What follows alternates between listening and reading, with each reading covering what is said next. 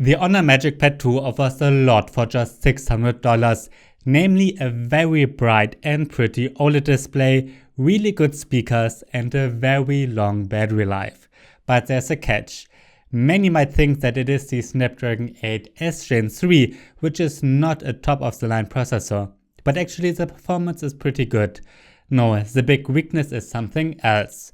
We will get to that in a moment, but first I like to praise the beautiful display.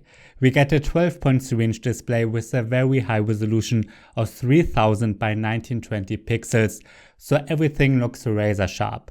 It's unusual that we get an OLED at this price, and in comparison to LCD tablets like the OnePlus Pad 2 or iPad Air, you can immediately see that the contrast is stronger and black is really black. Really nice. The colors also look well saturated, at least most of the time. The colors in Honor's own video player look oversaturated, really terrible. However, it seems to be a problem with the app. The colors are great on YouTube and Netflix. Even more unusual than an OLED in this price range is that the display can be up to 1600 nits bright with HDR content. We compared all premium tablets in great detail recently, and the Magic Pad 2 is not only brighter than the iPad Air, but also brighter than the Samsung Galaxy Tab S9 Plus and Galaxy Tab S10 Ultra. The latter is very expensive. In fact, in our comparison, it's even roughly as bright as the latest Apple iPad Pro with M4 chipset. That can also be up to 1600 nits bright. The 13-inch version costs $1,300, which is more than twice as much as the Magic Pad 2. I worked with the tablet on a train while the sun was shining on me and the display from the side, and I was still able to read and work wonderfully. The bright OLED is really a great highlight, and not just for this price range, but in general. As I said, it's brighter than the Samsung flagships. It's also nice that it supports up to 144 Hz. The display is almost perfect for watching movies, and in fact, the same applies to the speakers. In our comparison, it was even a bit louder than the 13-inch iPad Pro, but the bass is a bit weaker and the Honor lacks a bit of treble, so it doesn't sound quite as good as Apple's. But the sound quality is a good bit better than that of the iPad Air and Galaxy Tab S9 Plus, so it definitely belongs to the upper class in terms of speakers. I think the black version of the Magic Pad 2 looks quite nice, but the white version made a cheap impression on me. I played with that one at IFA. This is because the case is not entirely made of metal, but only the 5.8mm thin frame is. The back is plastic. Although it's one reason the body can be quite light at 555 grams, the transition from the glass and the back to the metal frame is not quite as high quality as on the competitors' flagships, but yes, those are also much more expensive. Unfortunately, a headphone jack and a microSD card slot are missing. I also miss a fingerprint reader. Instead, you can unlock it using facial recognition. On the right side, there's a USB-C port, but in fact it's only USB 2.0. I imported over 900 RAW photos from my camera's SD card to this tablet and then to Lightroom, and it felt like it took forever. It's a real shame. You also can't connect external monitors. A 9-megapixel front camera sits at the front, which is definitely good enough for video chats. However, the quality is not outstanding and shadows get noisy quickly. The 30-megapixel main camera on the back is significantly better and takes solid photos, and an LED flash sits next to it. Inside the Honor Magic Pad 2 sits a Qualcomm Snapdragon 8S Gen 3 processor with 8GB to 16GB of RAM and a 256GB to 1TB internal storage. There's no version with 5G, and GPS and NFC are also missing. My Geekbench 5 and 6 benchmark comparison immediately shows that the Snapdragon 8S Gen 3 is significantly weaker than the standard 8 Gen 3 on the OnePlus Pad 2 and even lags slightly behind the older 8 Gen 2, which is in the Samsung S9 series. However, it's more powerful than mid-range tablets like the Galaxy Tab S9 FE Plus. In the 3D Mark Wildlife Extreme benchmark, it's even better than the Apple iPad 10 and is also significantly above the Honor Pad 9. But here you can see again that the Galaxy Tab S9 Plus and OnePlus Pad 2 are slightly better. In everyday use, I always had the impression that everything runs smoothly and quickly. This is especially true for multitasking. So the Snapdragon 8S Gen 3 may not be a high-end chip, but the performance is more than good enough for almost all purposes. The chipset reaches its limit a bit in my gaming test. Yes, I tried Fortnite of course, and it actually runs well with epic graphics, reduced resolution at 100% and the frame rate at 60.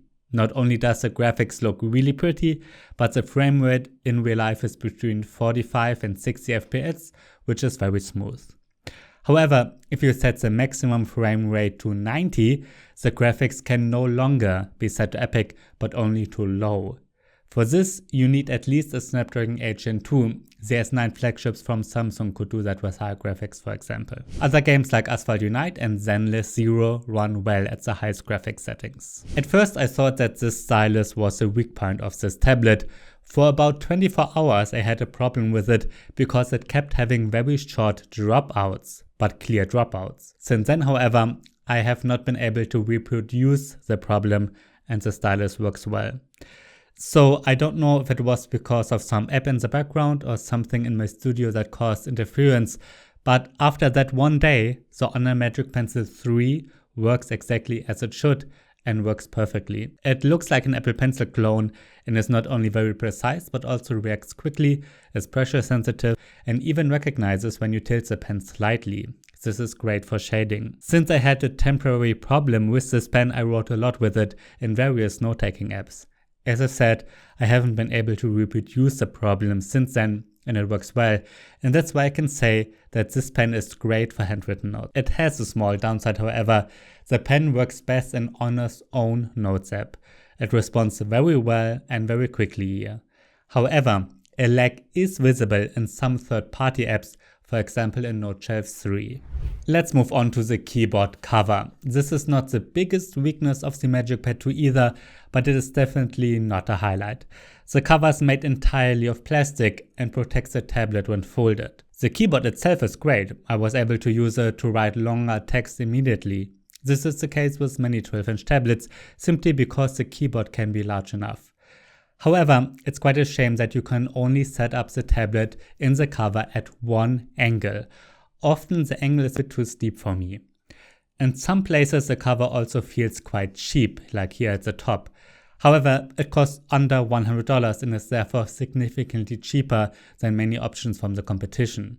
By the way, it's pretty cool that it's a Bluetooth keyboard that is powered by induction from the tablet, so there's no physical connection and you don't have to charge it separately. You can use pretty much every keyboard with this tablet. I put a link with keyboards and other accessories we recommend for the Magic Pad 2 in the description below. Now we get to the big downside, and that is its software. The Magic Pad 2 runs Android 14 with the Magic OS interface and version 8.0.1. The software is good in itself, typical for Honor and previously also for Huawei. All the standard Android features run well and multitasking works great. Although the typical Google taskbar is missing, there are two docks at the bottom and on the side that serve their purpose. The big weakness is updates. There's actually no open statement from Honor about this, and certainly no serious update promise. According to some reports, it will get one major version update and maybe up to 3 years of security updates. Sure, that's very little. Samsung now promises 7 years of major version updates for its premium tablets. I think it's just a shame that Honor isn't going along with this. The Magic Pad 2 is a really nice tablet, the display is amazing. As you've seen, it can even compete with the iPad Pro in many respects, and the display is better than that of these Samsung flagships that are way more expensive. But well, they do save a lot on updates, it's a shame. The battery life on the other hand is outstanding again. For my battery test I always run an HD YouTube video in an endless loop at maximum brightness, and in this test it achieved a new record runtime of 13 hours. So is the Honor Magic Pad 2 a tablet for you? If you're looking for an outstanding media tablet, definitely yes. It offers a really nice and very bright display, nice and loud speakers and a very long battery life. It's perfect for an entertainment tablet. It's even great for gaming, although it's not the best of the best for this. The stylus is also good and the keyboard is solid. The big disadvantage remains that it will probably only get one major update. I think it's a real shame, and if long updates are important to you, this is clearly not the tablet to get. But I think for most people, updates are not that important unless you work for the CIA or so. You will be able to use it for a good 3, 4, 5 years. At some point it will no longer have the latest Android version, but almost all apps should still work. Personally, I don't think the Honor Magic Pad 2 is perfect. It lacks some premium features such as the fingerprint reader, it only has USB 2.0, no water and dust resistant body, and the lack of updates is very unfortunate. But I think the value is fantastic, really outstanding. The display, the speakers and the battery life are very good. If I didn't review tablets for a living, the Magic Pad 2 would be the device I would buy for myself personally.